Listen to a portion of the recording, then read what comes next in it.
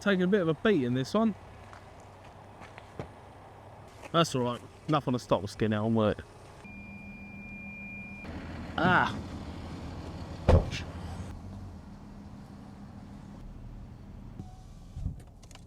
Great success! Just to clarify, I've done the measurements. There's a good 2 inches between that, so they're not going to hit each other. That's not going to hit the roof. We should be good to go, but let's get it strapped up and move on to the 4th job.